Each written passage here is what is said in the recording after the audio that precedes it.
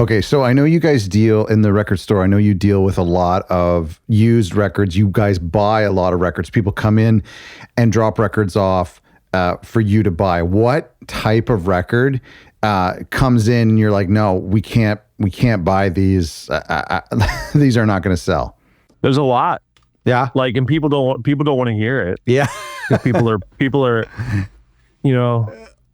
as humans, we are like precious about our belongings and memories and things like that. And we try to be really sensitive and cognizant of that. But a lot of there's a lot of records that belong in the garbage. Yeah. I'd say the vast majority of a lot of records belong in the garbage. Like, they don't have a place. They're not sacred. They need to go away. Like, they're done. Yeah, they're done. A lot of it, what I'm describing is like, easy listening shit from the 60s, 50s and 60s. Yeah. Yeah. What about like religious records or classical? You know what's weird? Religious and classical. Yeah, religious for sure. A lot of like, but I mean, classical is a funny one because like there's a market for classical records for sure. We get people coming in for classical records, and I think a lot of things that used to be dollar bin records or records that were like, ABBA, right? Sure. It used to be people come in and buy a $40 version of the greatest hit now. Like, yeah, you know what I mean? Like that's a valuable asset. I mean, it's a record. You get all the hits in one spot. Yeah, they're the greatest. Yeah, and all the hits. Yeah. So like, there's it's gold. There's things change. Things change over time. Like records, like what I would call like white country gospel. Yeah. Historically, that's like this type of thing where you're like, oh yeah, this Baptist church in Alabama made this like really corny white gospel record. It's like, oh yeah. But what's weird as time is weird, there's like a thing happening, people looking for certain types of things in there. I'm sure in 40 years Numero Group will put out like rare 40 years, maybe 4 years, maybe 4. You're contradicting yourself though, because you're saying there's records that belong in the landfill, and then you're saying that everything comes back around. I don't know about everything, but certain things do. Like this is one where like historically, I think a lot of people, these are records that have historically been ignored for the most part.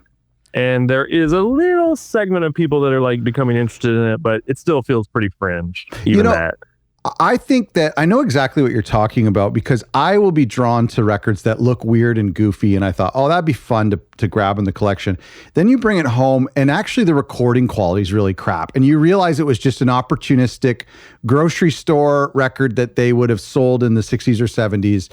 And the music really is bad. And then there's times where you get a record that's like a new age record from the 80s. The artwork is atrocious. You put it on and the music's fantastic. And the recording quality is fantastic. And so it's really a hit and miss. But there are those records that were made with the wrong intentions, probably.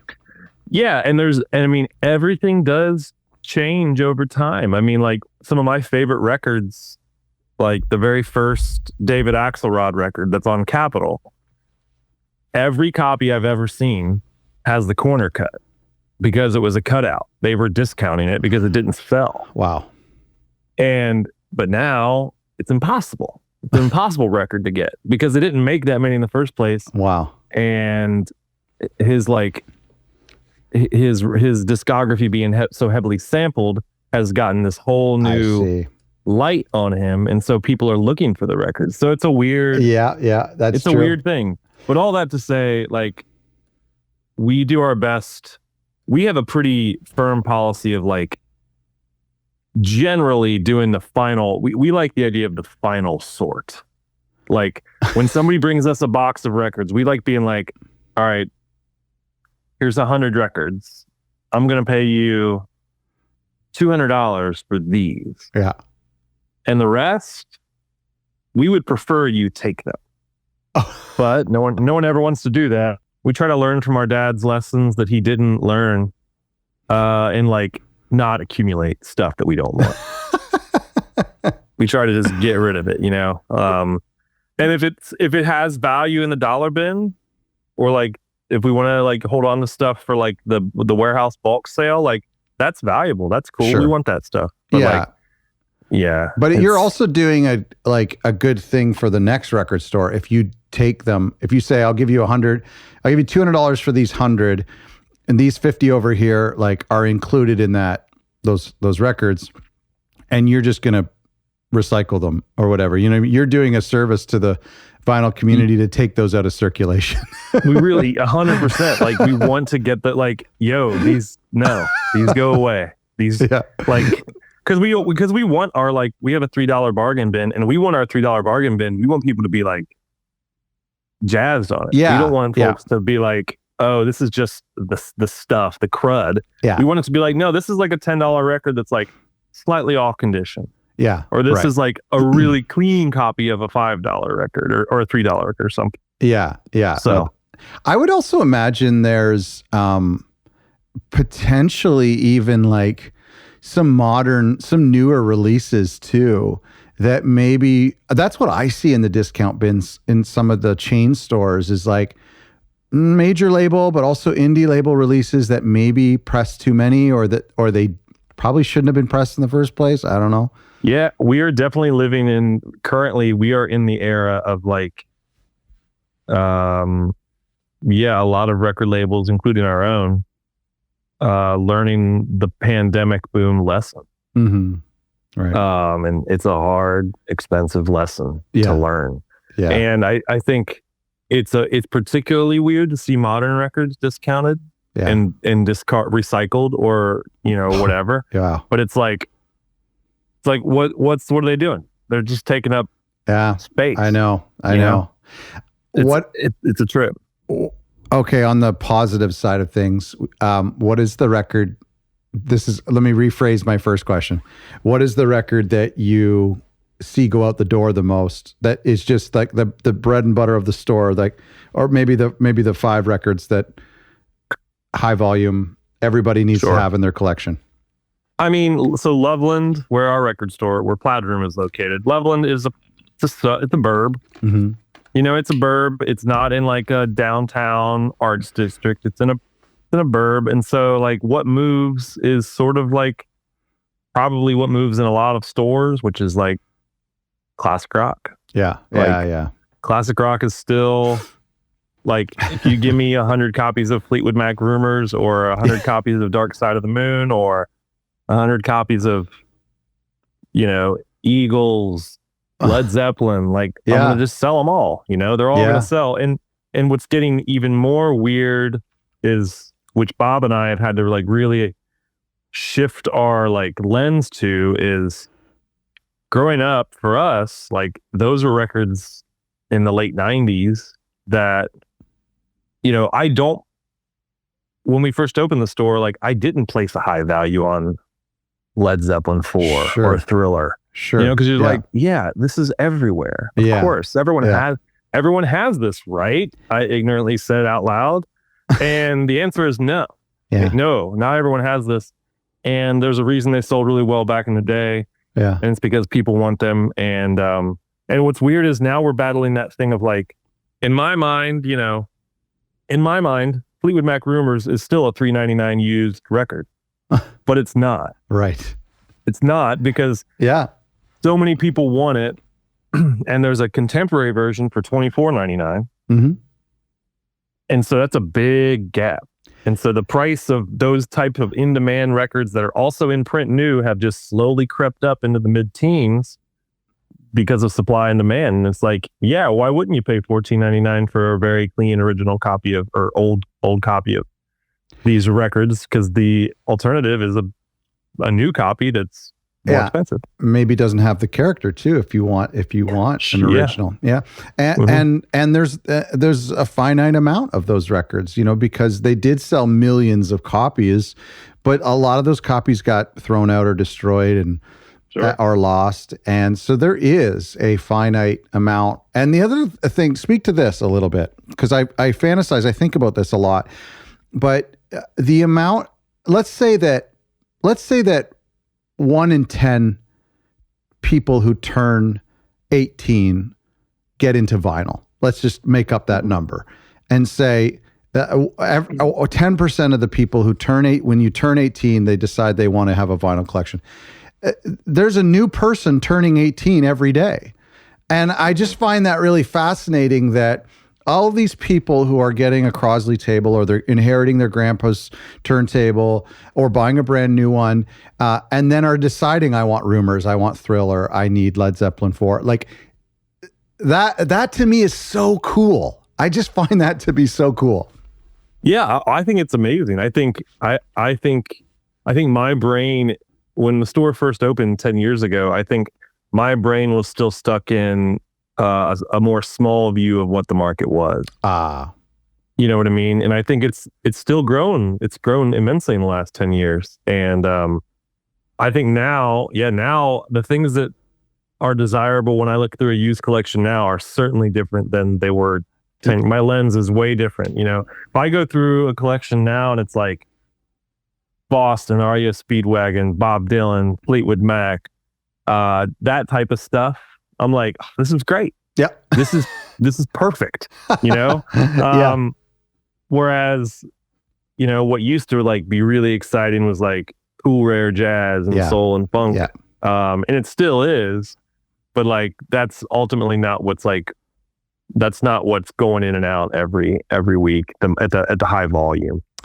Yeah. And so are you saying that, because I mean, I think about these young groups and I've seen them myself and I find them so exciting and I hope they subscribe to the pod, but I still have a homogenous view of what a record store shopper is, and it's a white 40-year-old who has a hi-fi collection at home.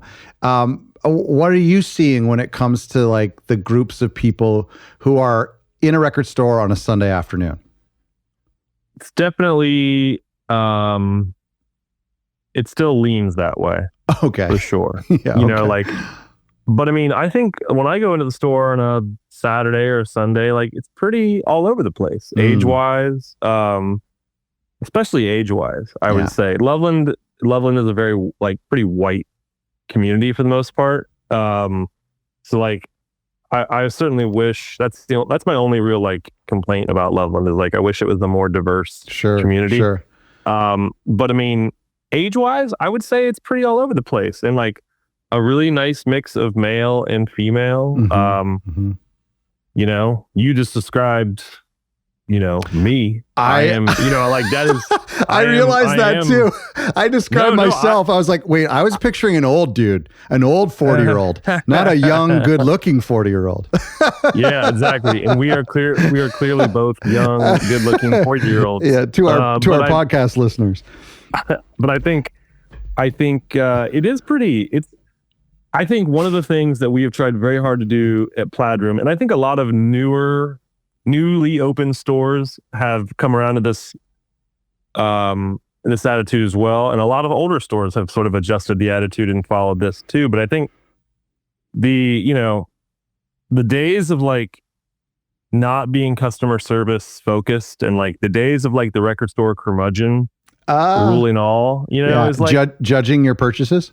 Yeah, like it was never cool, and it was never cool, and it's certainly not cool now. And what's cool is just being cool. And like, if people want to come in and buy records, you know what? They're coming in to buy records. Yeah. Like, that's awesome. That is cool. That is fun. And if you can turn them on to something that they didn't know existed, then you've done your job. That's how you win. You know, that's what the people come into record stores for. They want to find new things, or they want totems of their fandom, or both.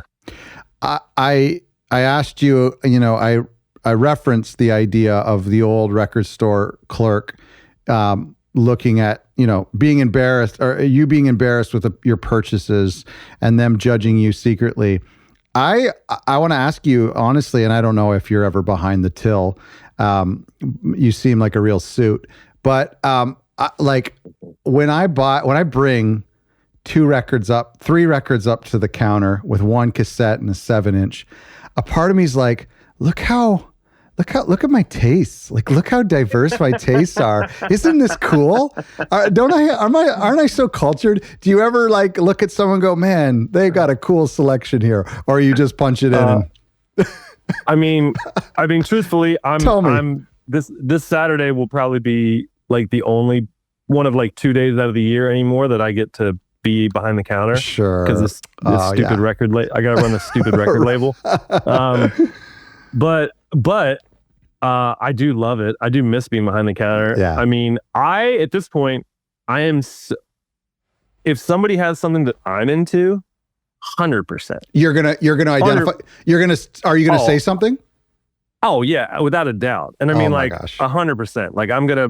And if somebody buys, I mean, I'm like the worst for this, and I know I'm gonna do this like probably 10 or 15 times on Saturday. Yeah.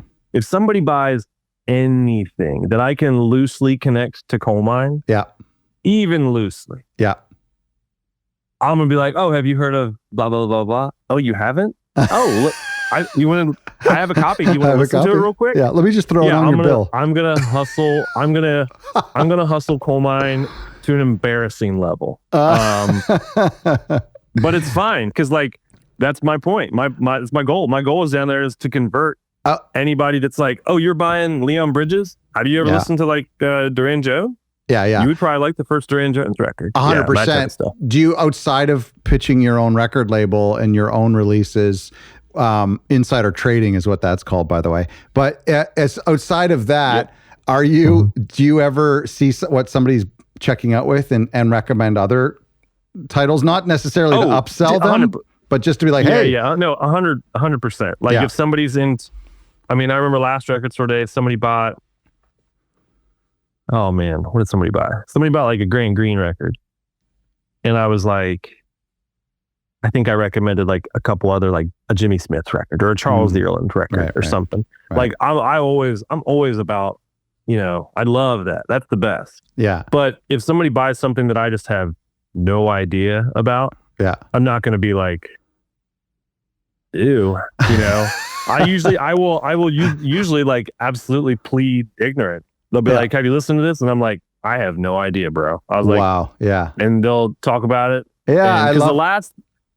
I want to be like, I think I learned after like the first half year of teaching high school biology that like, there was a part of me like 100% driven by ego that wanted to have the answer to every question. And I watched teachers that I taught with try to play that game, and it's kind of a fool's errand because like, especially contemporarily, but like 15 years ago, you're the teacher, you are the perpetuator of this knowledge, and once I realized like, oh, the internet exists. Like I don't need to, I don't need to have all the answers. I don't want to. I certainly don't.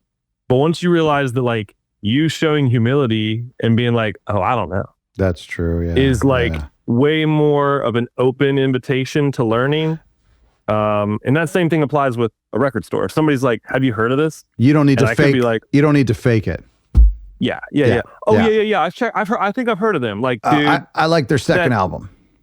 Everybody's been around somebody that said things like that, and it's like that. Again, it's just back to like that's an ego serving thing, and it doesn't allow for any like actual genuine sharing or anything. Okay, play out this scenario for me, and maybe this has happened to you. You catch a guy robbing your store. He's stuffed a couple records in his trench coat, and you confront him at the door before he leaves, and you say, take those out, and he whips them out, and there's some of your favorite records. Do you? This is the high fidelity scenario, right? This is do you let him walk out and say, "Have a good day, buddy"? It's on the house. Hell no. Have you guys ever been? Are there shoplifters in record stores? I mean, I'm sure there are. Yeah. I mean, I know there are. Yeah. I don't think we've ever been, at least to any certain degree, victimized by them. Knock on wood. But absolutely not. I don't care if you have a bunch of my I don't care if you have 5 copies of my first record. I'm like, hey, you know what? No. Guess what? I got to pay royalties to my dudes. So guess what? Yeah. Go, no. I am, Oh, man. I got a hard line on the principality thing, I guess, on that sort of ish. That's fine. Do you, crushing my fantasy here. Do you remember the CD, shells that they used to come in that oh yeah, the big long ones? Big one long, and you'd have to unlock them before you could take them out, and they would set off the sensors. That's so crazy, eh? And tapes used to come in those too. The amount of plastic that was like used to make all those things. I mean, obviously record 7s are easy to steal. Right. I mean, right. Sure. But I mean, an LP, that does feel like you really gotta get really it up there for it. You got to walk funny out of the store if they're down your pants. Yeah, I don't. I'm trying to think of the sketchiest thing that we've had occur in the store. I think the sketchiest thing we've had happen is like people stealing from like Walmarts and Targets and selling you shit. Interesting. Yeah, and at some point you have to sort of just be like, hey, like, I don't know where you're getting these, but like, I can't buy these anymore. that's called record laundry. Yeah, it was like there was definitely a time where it was like, damn, I can't believe she's brought in 8 copies of Adele's 19, like Target exclusive. Yeah, right, exactly. You're like, I don't want to buy these, but it's a good price. I don't also like I'm not the police, and I can't be like, I don't know this scenario, so I'm like. But at some point we're just like, we just can't buy these anymore. Yeah. That's so funny. I want to ask you, let's get serious here. Okay. 20 years ago, you would hear about record stores closing because the CD was coming to an end, and it was like a sad day for record store. Then 10 years ago, you heard about record stores being, vinyl helping new stores, and all of a sudden 10 years ago, record stores started thriving again and started opening up all over town, and we still see that. I feel like I'm starting to hear now a few stores that are closing, and I'm just kind of curious what causes a record store to shut down, especially today when there seems to be still an appetite for records, that the culture is there. What challenges do record stores face today, even while you can sell infinite copies of Rumors? Man, that's a heavy one. I mean, I can speak to, so we opened up 10 years ago. And I think a lot of the growth that we have seen over the last 10 years can be attributed to the strong local physical, brick and mortar presence, coupled with our very efficient online store. And that has allowed us to scale in a way of inventory, in a way of purchasing power, staffing.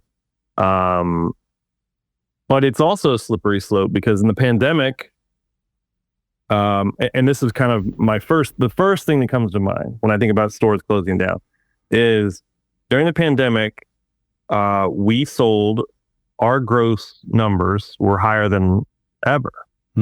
But we were so busy keeping up, we didn't have our finger on the pulse of profitability and cash flow. It was just about, because we're looking at the sales numbers and we're like, good Lord, they're insane. Yeah. Like, this is great. And then when things started to slow down, and I'd say middle of 22 is when things sort of started to come back down to normal. Yeah. You're kind of having to do a big readjustment, because things are not, you can't just buy very liberally, because vinyl sales are one-way sales. And so if I buy 10 copies of a new release and only sell 3, I took a bath on that title. Right. And so I think there was some major sales were exacerbated during the pandemic. Mistakes were hidden.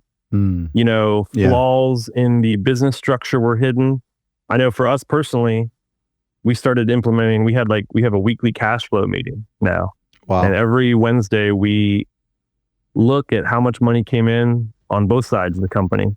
And it sounds really nerdy and it's not very cool. But you know what's cool is staying in business. Staying in business.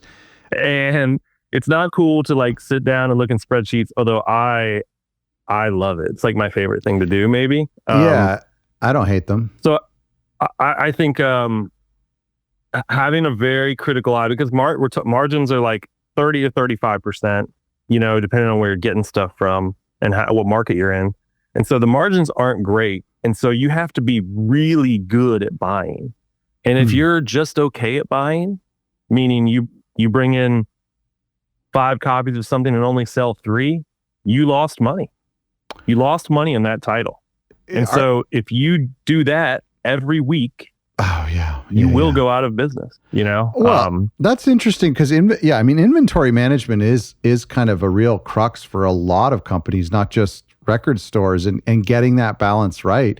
And so you're talking about new releases that your distributors are pitching to you. Are you also talking about buying records off the street, or are those two different types of things?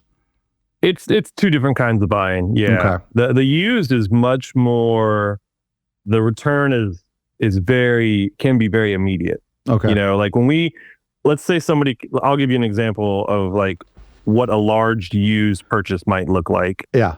And then how that's different from, you know, a new. Okay. So let's say somebody comes in, they're getting out a record and they've got 20 crates of records. So around, I don't know what that math is, 60 records times 20, whatever that math is. Sure. Okay. All right. So they got that many records. 1,200. Right. Yeah. 1,200 records. And we say, okay, this is a lot. We can't go through this all obviously in one day. So they'll drop them off. We'll go through and we will process those 1,200 records. Or we'll look through and go, hey, I think it's going to be around this number. Okay. You know, I think we're going to offer you somewhere in the neighborhood of $5,000. Okay. You know, and they're like, okay, that sounds fair. But we say, hey, it might be more. We'll know once we actually process. Yeah. So we write them a check for $5,000, and then we will process that, which means, you know, cleaning, grading, finding out which edition it is, all that sort of thing. Wow. Put that into our system, put a barcode on it. Wow. And then once we've gone through all 1,200, we'll know, okay, it priced out to $12,000. So at our 50% payout rate, we should call John up and pay him another $1,000. Wow. We'll call John up. We'll go, hey man, your shit priced out to $12,000, a little bit better than we thought. Yeah. So we'll cut you a check for $1,000. And they're like, cool. We'll be able to put that stuff out in like within 2 or 3 weeks. Within a week, that could theoretically be on the floor, all 1,200 records, right? Yeah. So we're going to get our money back within 14 days. Wow. Your initial investment. Maybe we don't like, if half of it sells, right? Yeah. So, whereas with new, you know, every Friday, there are anywhere between 200 and 400 new titles that come out. Oh my gosh. And as a store, we have to decide what are we bringing in and how many are we bringing in. And, you know, that is really, really hard. Yeah. Because you're like, you don't want to miss, you know, you don't want to only bring in 5 of something you could have sold 30 of. Yeah. And the other side of it, you don't want to bring in 10 of something you only sell 5 of, because the margin is 30%, which means I'll never forget. I think it was either Darren or Jim from Shake It Records said to me, another shop in Cincinnati, a great store. One of them said to me, the first time you make money on a new vinyl title is the last time you restock it. Wow. Like the first time you don't reorder, that's the first time you make money on that title. And I'm like, damn, that's such like a weird way to think about things. Because you got to use your profit to buy more every time, right? Right. And so it's really, really hard. So like one of the ways that we combat it is like we try to do pre-orders, because that certainly buffers, you know, if we pre-order 50 copies, okay, cool. This is done pretty well. We can afford to bring in 15 and we're still winning on this title and hopefully restock relatively quickly. And we're sort of out of the supply chain demand, issues that we were having during the pandemic. So it's not so much of like a, you got to get it while you can sort of thing. Right. So we've gotten very conservative with what we bring in. And it's like, cool, if we sell through, we'll bring it back in. And if we miss that potential sale, that sucks, but we'd rather miss that potential sale than overspend by 15 to 20% every week. And if you get 50 orders, do you have a calculation that tells you how many, if you have 50 pre-orders, does that give any indication of how many people are going to come in that day or that weekend off the street? It's indicator, but it's really tough because pre-orders, it's a national, you're getting national customer base, but you gotta, but you got to imagine that's somewhat indicative of like what you might expect to show up on the street day. But man, for a long time when guaranteeing pre-orders were really hard, especially during the pandemic and after, we weren't doing pre-orders because we didn't want to take people's money because street dates kept getting pushed and things were getting canceled and getting heavily allocated. And we're like, well, I don't want to take 30 pre-orders and disappoint 28 people. And so it's a weird balance of not overspending, but not underspending, and making sure you're ultimately yielding on the side of making your customer happy, hopefully. And this is the hardest thing. When you say there's 200 or 400 records each week, and of course there's seasons probably where that's on the high end. But when I think about record stores and what I empathize with them is that, you might have 100,000 records in your store, but the chances of you, because, like you and I, we probably have eccentric tastes, and the chances of you having the record that I'm looking for today is pretty slim, when it comes to and that's a sad reality. That's so hard to contend with. You know what I think a big thing that you can do as a store is tell folks, the best thing we ever did in the early days of the store was asking people what they wanted us to stock. Going, hey, like, what do you not see here? What do you want to see here that you don't see here? And allowing the customer base to sort of like inform the ordering to a degree. And at this point, which is like still a thing, there's plenty of times we miss a title. Bob will miss it. He's the one that does almost all the ordering. Yeah, blame Bob. He might miss a title. And yeah, bless him. And there'll be plenty of times where he's like, oh yeah, I just missed it, or like I didn't think anybody would care, and somebody might come and be like, are you going to get this one? But that's the best thing a customer can do for their own store is as hype is leading up, or as you are leading up to a release of an album that you want, ask your store if they're going to get it, or ask them if they would order a copy for you. And before release date. Yeah, before release date, and also after. After is great too. It's like, hot tip as a record label in the early days, and maybe still contemporarily, I would just cold call random stores and ask for Colemine shit, just because I knew that would inform the buyers. And they'd be like, "Damn, man, I've had like 6 people call about this Kelly Finnegan record, each with a different accent." Had an Australian 100%. Guy this morning. Yeah, it was crazy. Like, they just really want it, and they want to know if we're gonna have it on the street date. It's wild. We actually have an intern this summer, and like, I don't even feel bad because I think it's so funny. But part of the day, I just want her to like, just like, whatever new album cycle we're on, just like call 20 stores and ask them if they're going to have it this Friday. That's it. Oh, yeah. Just call them. Just Good be like, you. Hey, are you going to have the new Karate Boogaloo this Friday? Oh, hell yeah. Thanks, man. That's it.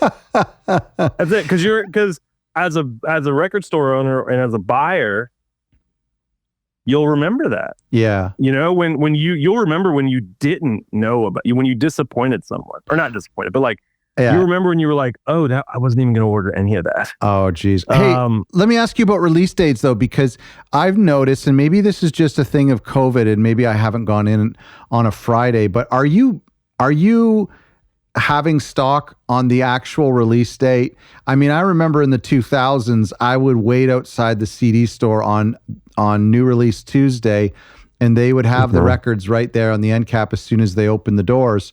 But I felt like in the past couple of years, I'd go to a store on release day and he didn't get them in yet. You know, obviously it's the distributor's fault. I don't know if they didn't order them in time, but on some of the bigger indie releases, major releases, are you getting them on release day? For the most part, yeah. Okay. There was definitely a time, especially like even our distributor secretly, they were like struggling to get stuff to like hit orders by to have it everywhere by Friday. It might show up Saturday, but at this point, for the most part, yeah, we usually have it by Wednesday. Most everything by Wednesday. Worst case scenario, like you know, an order will show up on Thursday, which is always annoying. Yeah, but I mean, we have a late Thursday night crew, and that's all they do. So they work until like 2 or 3 in the morning and get all the new stuff on the wall, and then our new release email goes out on Thursday evening. Right. And so like we'll get flooded with orders on Thursday night. And so there's like a late night crew there that they pick orders until about 2 or 3 in the morning. That way on Friday morning, when the Friday morning staff comes in, they can just pick the few orders that came in those wee hours, and they're kind of ready to roll. There's not stock on the floor that's not actually available. Right. That's incredible. And I get those emails. Let me ask you about the website stuff, because you do have a national web store, right? International. And I want to ask you about that. But first, let me ask you, going back to the question 20 minutes ago about the survival of record stores today. Oh yeah, sorry. No, it's okay. Yeah.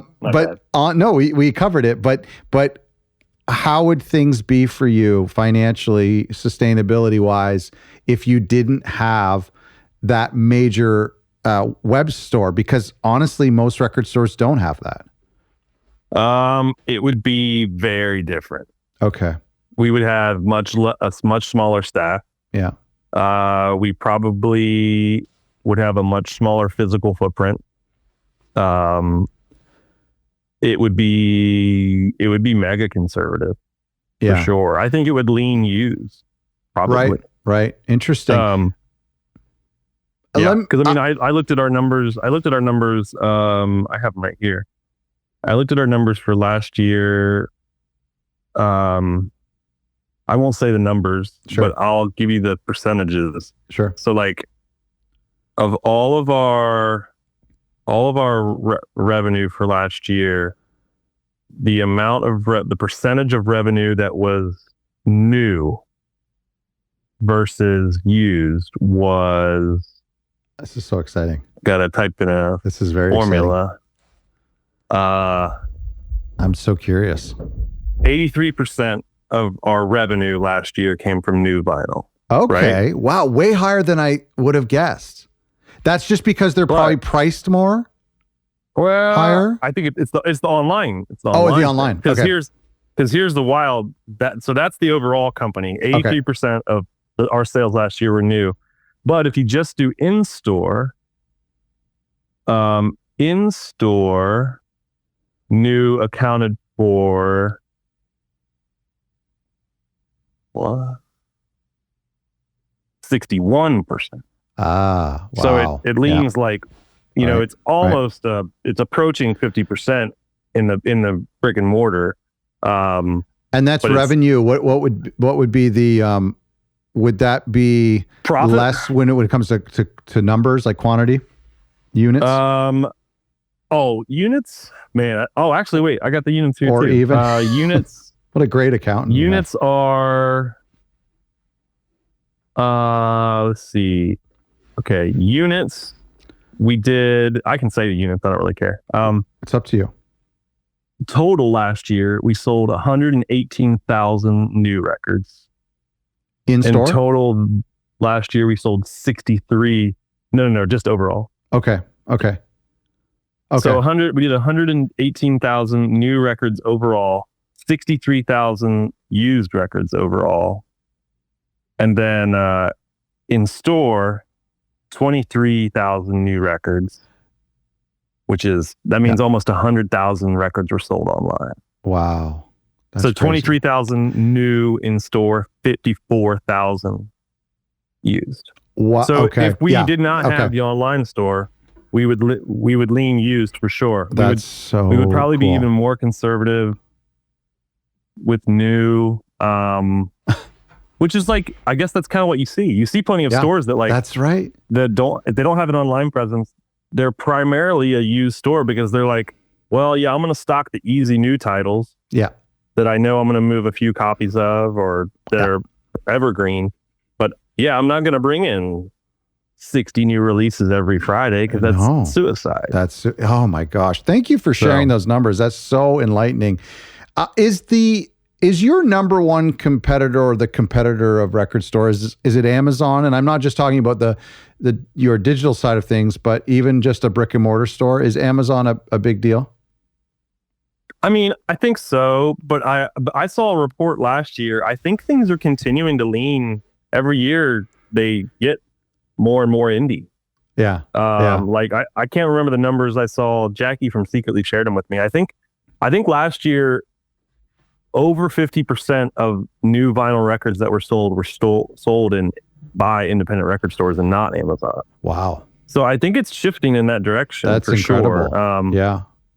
And I think that speaks to like, you get enough dinged packages from Amazon, you're like, I've heard they're raising their prices, so they're they're not undercutting record stores necessarily anymore. Right. And a lot of stuff, like our Colemine titles on Amazon will be like list. Okay. So like they're not like most Colemine records in a record store will be $23.99 or $24.99. And a lot of our stuff on Amazon will be $26.98, which is list price. Right. And so I think a lot of indies are implementing that, which I do think helps. That's smart. Overall. Yeah. I also think if you have a negative experience with a store or an online record store or Amazon or whatever, you're not going to go back to them. Like we take a lot of pride in how we pack our records because it is a science. Like it is not. I bet you do. There's a wrong way to do it. Listen, we did a whole episode, you and I together, talking about hype stickers. It's still, people quote it to me once a week. People refer to that episode all the time, and I'm in my memory we only talked about hype stickers for an hour. But listen, when it comes to Amazon, the thing that Amazon provides is the convenience, the massive inventory. It used to be priced, but I don't think so anymore, just from my experiences. In fact, I think it's the opposite now. There's also a little bit of the anonymity. How do I say that? Mm-hmm. The fact that I can order an embarrassing title from them and that's okay. Like it's, what I mean? Yeah. And then also really the convenience of it being, I don't know if I said this already, but just having next day on my doorstep, as opposed to having to go downtown and pay for parking to the record store. Is there, when I hear of record stores that are struggling, sometimes I wonder, are you guys doing everything you can to compete with those factors that have drawn people to Amazon in the past? Is there innovation that can happen for record stores where they can actually maybe try to capture some of those features that people like about Amazon, but of course hate giving their money to Amazon? There have been a few things like that have occurred. So I could speak to ourselves first and say like we can't compete with the overnight shipping thing. That is the inventory. We can compete with that. The pricing, the exclusivity, the service level, like those are places where we can exceed, right? 100%. But the overnight shipping, like we just can't. There's nothing to do there, basically. Like we've had those conversations, and so we have to win other ways. But there is a service that it's called Broad Time. We don't use it, but a lot of record stores, it was a service started a few years ago, essentially for record stores that don't have a website, like a robust store like we do. Yeah. You opt into this service called Broadtime. They kind of construct the shell of your website. And it's branded, it's still branded a little bit like your own thing. But essentially, if you've been to 2 Broadtime sites, you'll start to be like, oh, okay, these are like the same. Yeah. And the idea is that AEC, Alliance Entertainment Corporation, who is like the biggest one-stop physical distributor in the world, and they're located in Shepherdsville, Kentucky. They're kind of like they can get the same type of shipping deals that Amazon can get. Right? Okay. Yeah. And so, let's say I don't have a website and I'm like, okay, I'm going to opt into Broad. You opt into this Broadtime, you pay a fee per year, whatever. Somebody can go on your website and order anything that AEC has. Wow. And AEC will drop ship it to them. Interesting. And then the store makes like $1. Right. Or something. Like but the store never had to touch the product. Yeah. Oh, sure. So it's like this drop shipping thing. So it's kind of what you're describing. Like, how do you compete? We don't do it because we like to pack the orders, be personal. I want to own everything about this. Oh, I don't want to sure. I don't want to owe anybody anything. I don't want anybody else taking credit for whatever, good or bad, for what we're doing. So customers are also, sorry to interrupt you, Terry. Customers are sophisticated too. And I think we know when we are on a white label service like that. And there's nothing wrong with it. I would personally use it and I love the idea. But some customers are a little bit more sophisticated and they know that it's not you. It's not necessarily supporting the record store as much as they would want to. Yeah. And I mean, given the amount of customer support emails that we get, I couldn't imagine it. I couldn't imagine having to be helping a customer via someone else. And so we have 2 people and all they do for the most part is answer customer support. Wow. And that's like, oh, hey, can you ship my records outside of the sleeve? Yeah, no problem. Hey, can you make sure this one has like super crispy corners? Yeah, sure. Okay, we'll check it out before we ship it. Oh my Hey, can you pack this with my other Colemine order? I know I have a pre-order ready to, it's that type of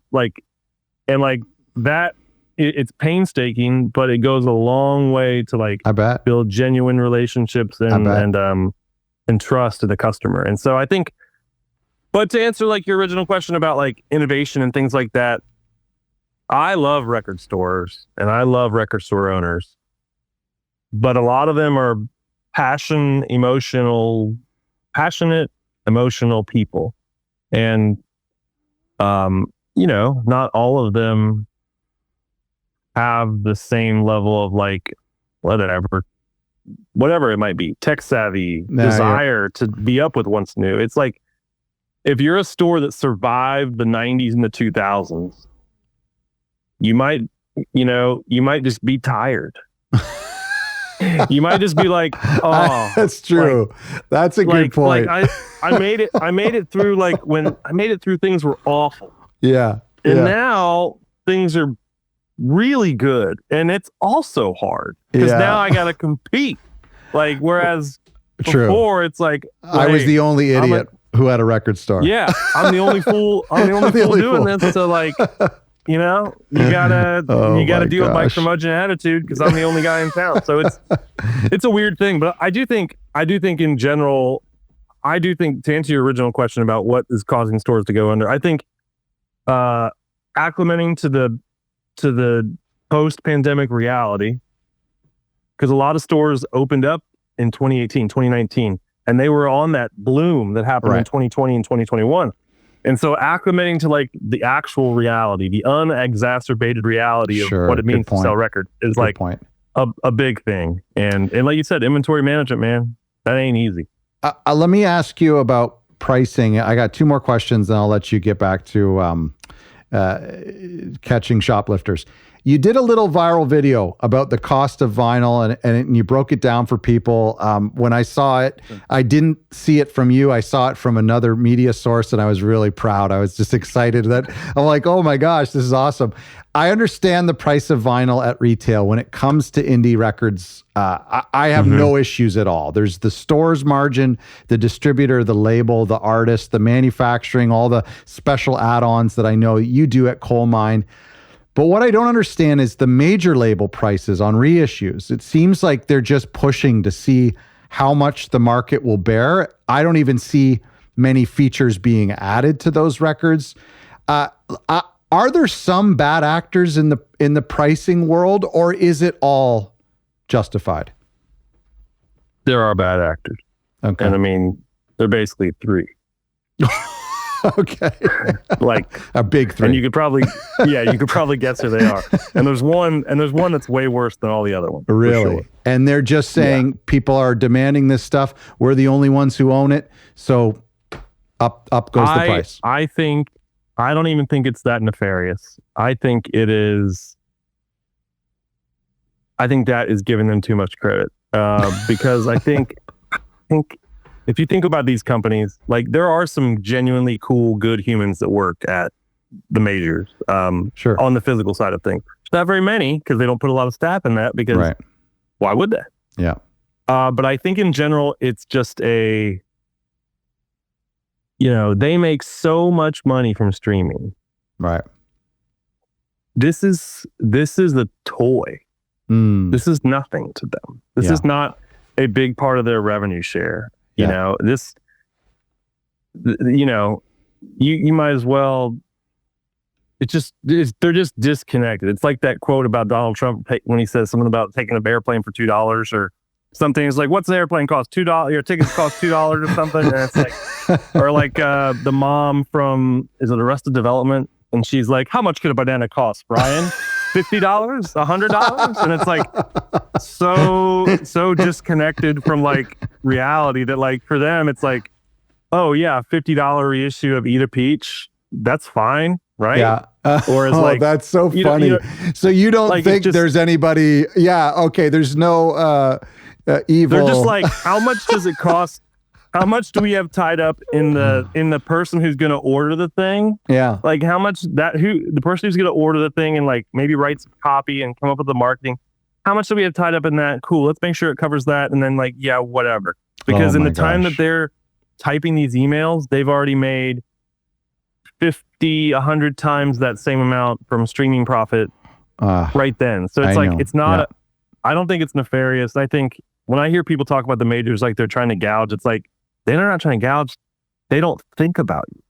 Yeah. They're not, it's like what's that show, the advertising show, Mad Men, where he's like, I don't think about you at all. Like, they don't think about us at all. Like, they don't care about, there's humans that care about retailers there, like Gina Davis and Billy from Warner and like Chris from Uni.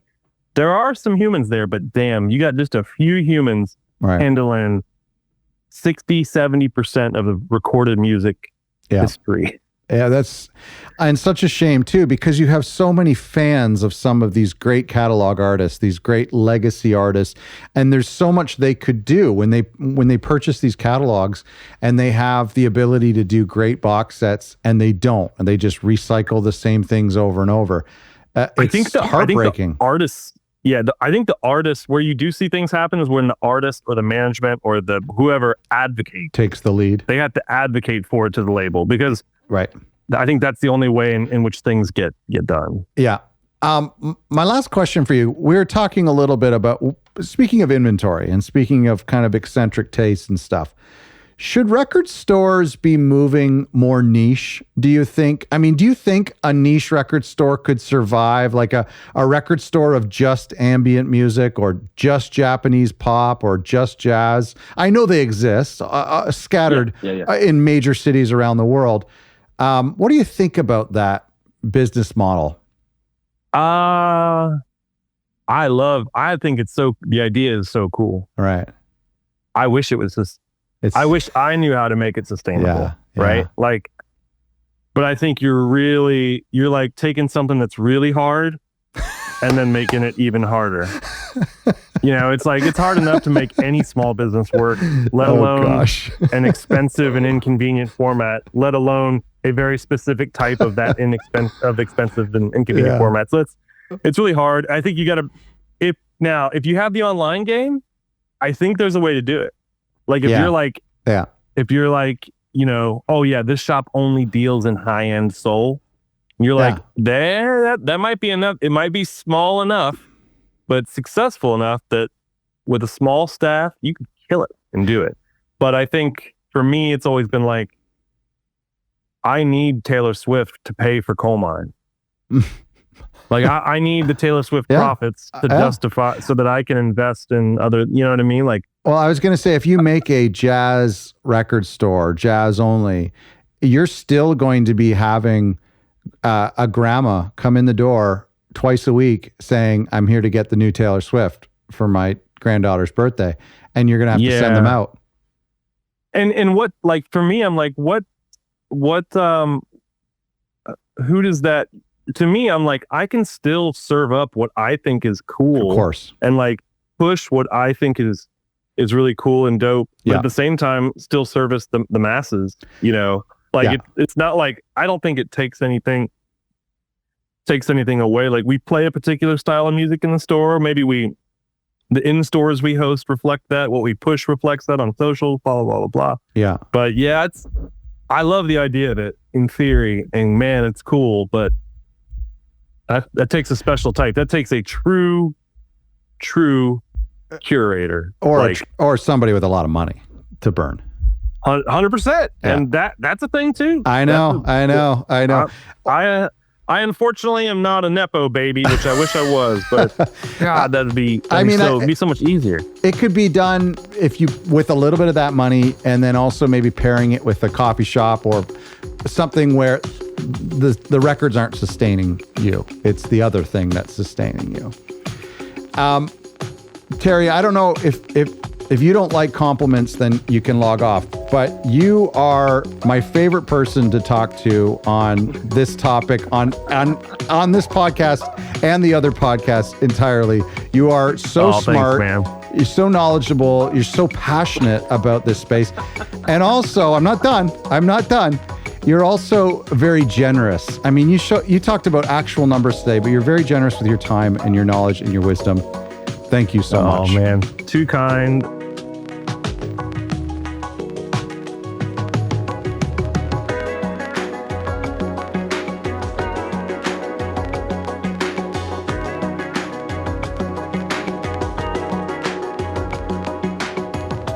You know what's almost as great as vinyl? Rating this podcast 5 stars on Spotify or going to Apple Podcasts and writing a review. You'd be surprised how much it would help. If you subscribe through the other record labels feed, thanks, and maybe consider heading over to the For the Love of Vinyl feed as well on Spotify, Apple Podcasts, or wherever you get your podcasts, and subscribing there as well. It really helps us out. And thanks again to our sponsor, A to Z Media. To learn more about them for your next vinyl project, go to a2zmedia.com. The link is in the description of the episode.